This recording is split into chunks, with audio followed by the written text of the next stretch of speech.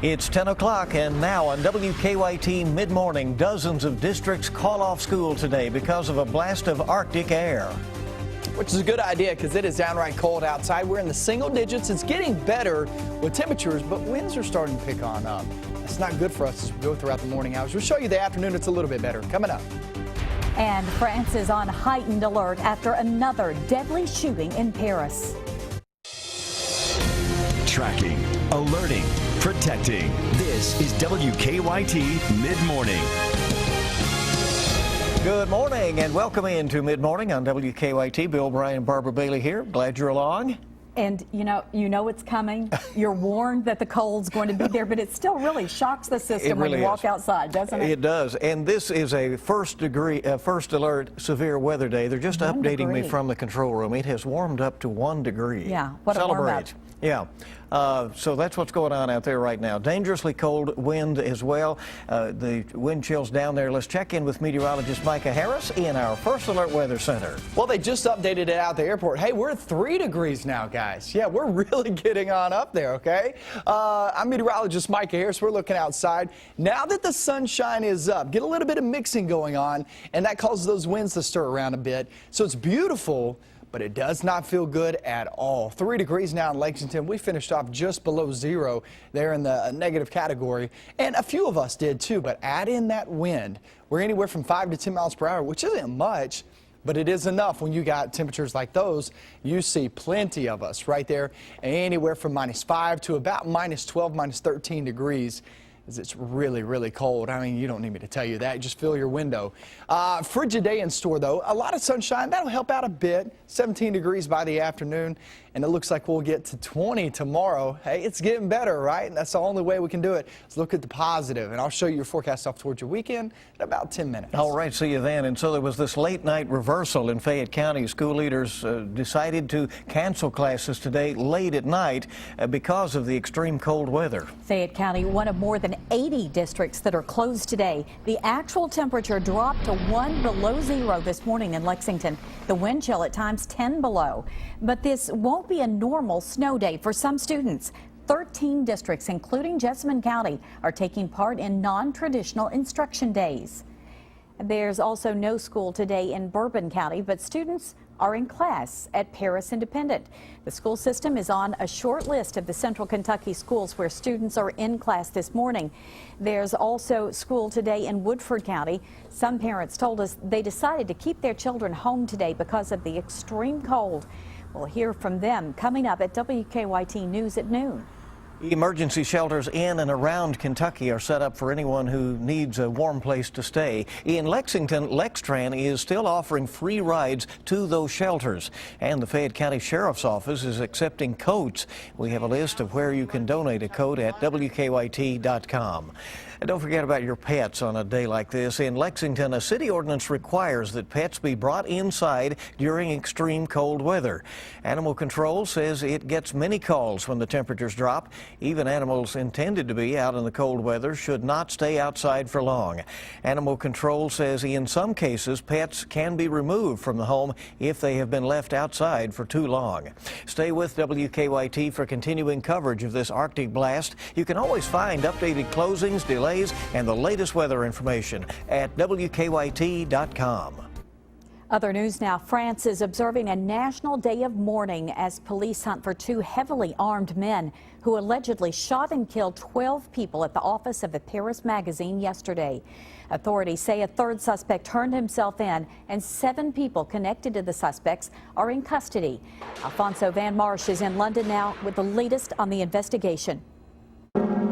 The bells of Paris's Notre Dame Cathedral chime today in remembrance of victims in yesterday's deadly massacre. Earlier this morning, French police raided an apartment east of the city as part of a massive manhunt for 2 remaining fugitives who authorities say carried out the attack. Now they're circulating this wanted poster along with new images of the men, 34-year-old Saeed Kouachi and his 32-year-old brother Sharif.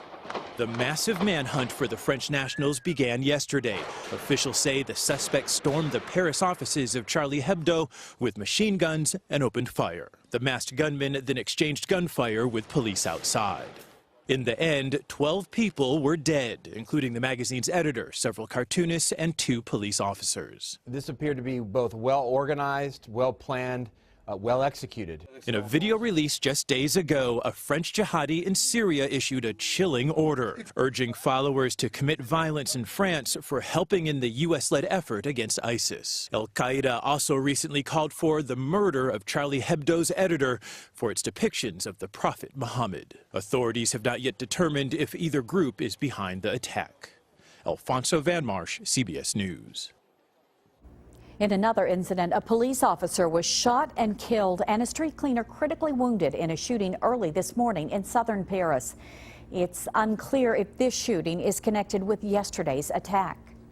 New on WKYT at mid-morning, police in Ohio now say a missing teenager thought to be with a Richmond man has been found and is safe.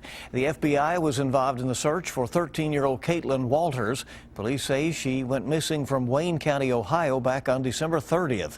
Walter Dunn was named as a person of interest in that case. His Richmond home was searched earlier this week. The FBI says his car was found yesterday in Knoxville. But again, Walters has been found safe. Police have not said if Dunn will face any charges. We're tracking a crime alert as police in Pulaski County search for a bank robber. Police say this man robbed the First and Farmers Bank yesterday in Burnside.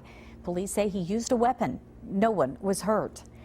The Montgomery County Board of Education has voted not to renew the school superintendent's contract.